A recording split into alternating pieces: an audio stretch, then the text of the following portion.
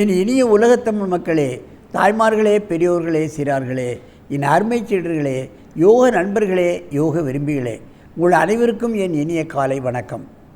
கலைஞர் தொலைக்காட்சி நிகழ்ச்சியில் நலமுடன் வாழ என்னும் பிரிவில் யோகாசனத்திற்கு அதிக முக்கியத்துவம் கொடுத்திருப்பதை நீங்கள் அறிவீர்கள். அதிகால வேளையில் முதல் நிகழ்ச்சியாக வருகிறது. அதைத்தான் நாம் கவனிக்க வேண்டும். வருஷக்கணக்காக வருகிறது. எத்தனையோ நிகழ்ச்சிகள் வருகிறது, போய்விடுகிறது. கொஞ்ச நாள் நடக்கும், போயிடும். அவைகளெல்லாம் பார்க்கலாம், ரசிக்கலாம்.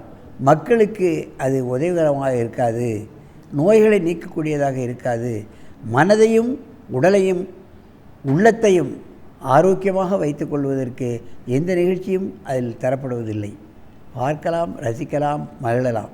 ஆனால் இந்த ஒரே நிகழ்ச்சி தான் மக்களை மக்களாக வாழ வைக்கும், ஆரோக்கியமாக வாழ வைக்கும், நினைவாற்றல் உள்ளவர்களாகவும் சமூகத்திலே ஒரு பெரிய அந்தஸ்து கிடைக்கக்கூடிய அளவுக்கு இவருடைய திறமை வளர்க்கவும் யோகாசனம் ஒன்றுதான் உங்களுக்கு வழிகாட்டியாக அமையும் என்பதை இந்த நேரத்திலே நான் அனுபவபூர்வமாக உங்களிடம் சொல்லிக்கொள்ள விரும்புகின்றேன்.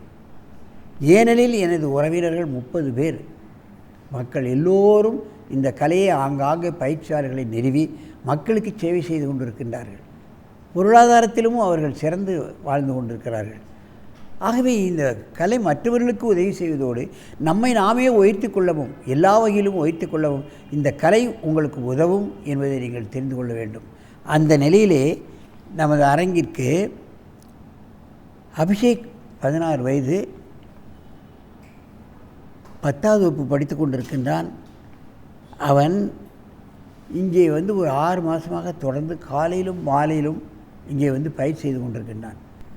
காலையிலும் மாலையிலும் முதல் மாணவனாக இங்கே வந்துடுவான். காலையில் பார்ப்பீர்களானால் அவன் வந்துடுவான். அந்த அளவுக்கு இதிலே ஆர்வம் அவனுக்கு. 6 மாதமாக வந்து கொண்டிருக்கின்றான். சர்வாங்காசனத்தை முழுமையாக செய்கின்றான். அதைத்தான் நீங்கள் கவனிக்க வேண்டும்.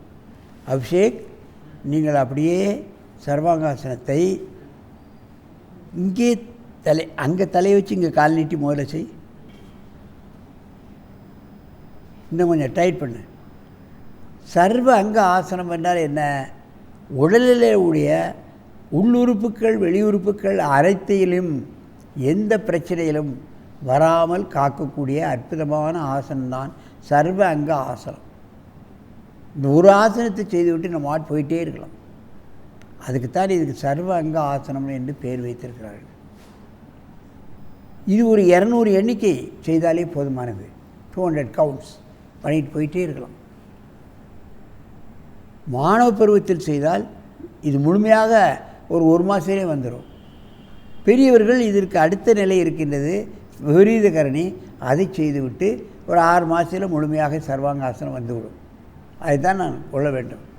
ஆங்காங்கே உள்ள பயிற்சியாளர்கள் எல்லாம் போய் பயிற்சி செய்தால் அவர்கள் இதை முழுமையாக செய்வதற்கான வழிமுறைகளை எல்லாம் உங்களுக்கு செய்து காட்டுவார்கள். மெதுவாக இந்த ஆசனத்தை இறக்கு. நன்றாக மூச்சு இழுத்துக்கொள். கால் நீட்டி.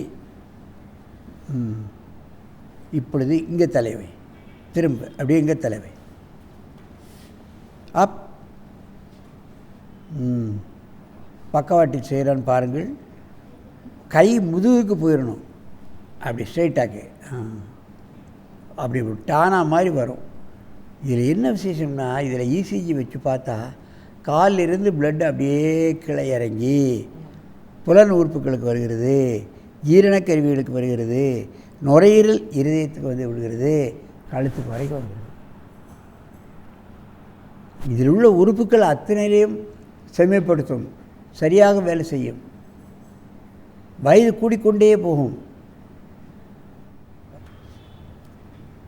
என் அருமை பெரியோர்களே, தாய்மார்களே, பல முறை பல நிகழ்ச்சிகளில் சர்வாங்காசனம் செய்திருக்கின்றோம்.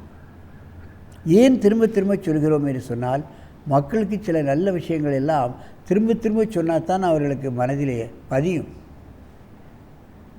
ஆகவே நல்ல காரியங்களை எப்பொழுதுமே மனிதர்கள் கேட்டாலும் செய்வதில்லை. கேட்டுவிட்டு இந்த காதில் வாங்கிட்டு இந்த ஆகவே தான் திரும்ப திரும்ப திரும்ப திரும்ப சொல்ல வேண்டியிருக்கின்றது.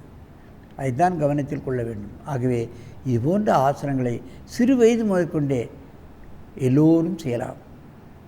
செய்து தங்கள் உடலையும் உள்ளத்தையும் ஆரோக்கியமாக வைத்துக்கொண்டு மருந்து செலவின்றி வெகுகாலம் வாழ வேண்டும் என்று கேட்டு உங்களிடமிருந்து விடைபெறுவது ஆசனம் ஆண்டியப்பன். வணக்கம்.